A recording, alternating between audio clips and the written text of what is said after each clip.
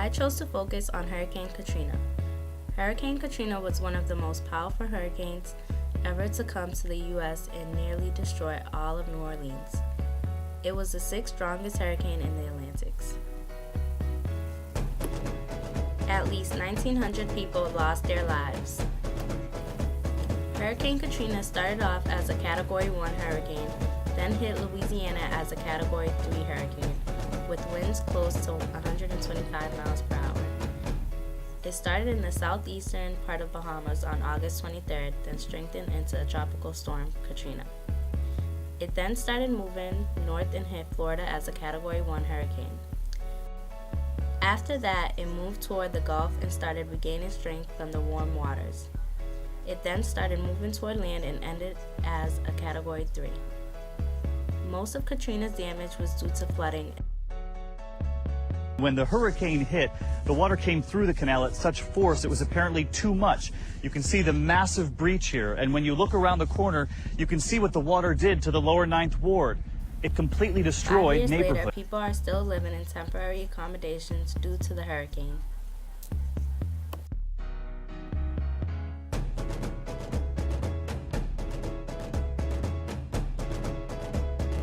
Hurricane Wilma, which also happened in 2005, making it the 21st storm of the season, was deemed the most powerful hurricane in the Atlantic Basin.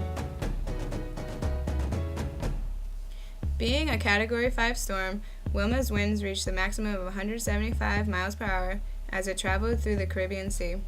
Much of the damage caused by this hurricane occurred in the Yucatan Peninsula of Mexico, Cuba, and southern Florida.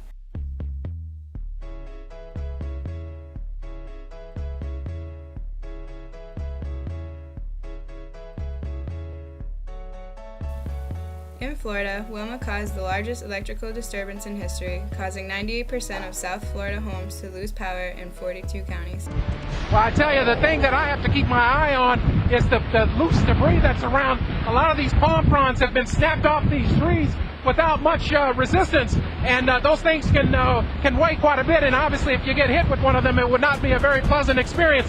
You can see back here that this tree branch is broken off from a tree back here. That tree that you see behind us was tilted the other way before the storm, and we sort of joked that that tree might find its way back upright. It has done that and then some. It's now pointing back to the east, so this wind is really beginning to pick up now. This might be a gust of about 90 miles an hour, maybe 100. So things are quite extensive right here. But again, now we're beginning to get the rain here. So folks, if you're able to watch us here in South Florida, stay where you are. Again, a lot of the TV stations, we understand, have lost power. The NBC affiliate here in West Palm Beach, the NBC affiliate down in Miami are without power and unable to transmit. So hopefully folks will have their battery-powered storm radios to listen to reports of this storm. But you can see this is quite amazing that this tree has done.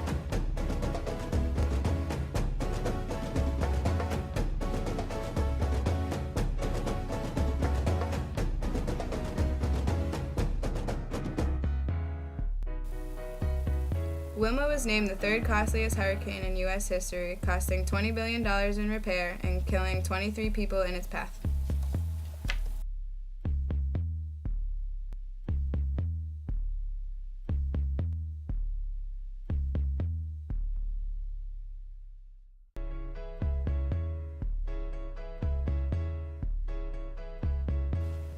Hurricane Andrew was the costliest hurricane in the history of the Atlantic coast of the United States until it was surpassed by Hurricane Katrina in 2005.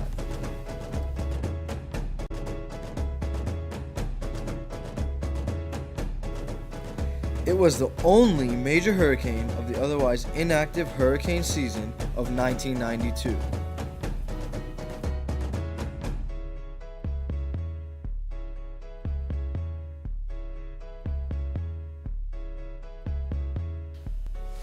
Andrew caused $26.5 billion in damage, most of which coming from South Florida, which when it struck was a Category 5 hurricane.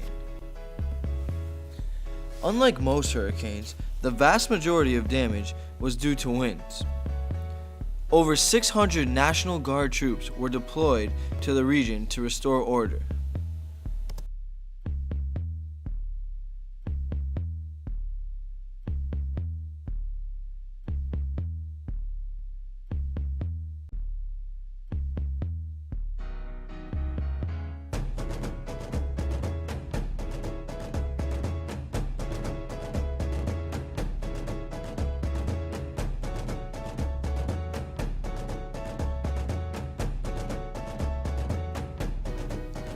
The agricultural loss alone in Florida was $1.04 billion. 117,000 homes were destroyed or had major damage in South Florida. Because of the amount of damage, the name Andrew is forever retired and will never be used again in the naming of hurricanes in the future.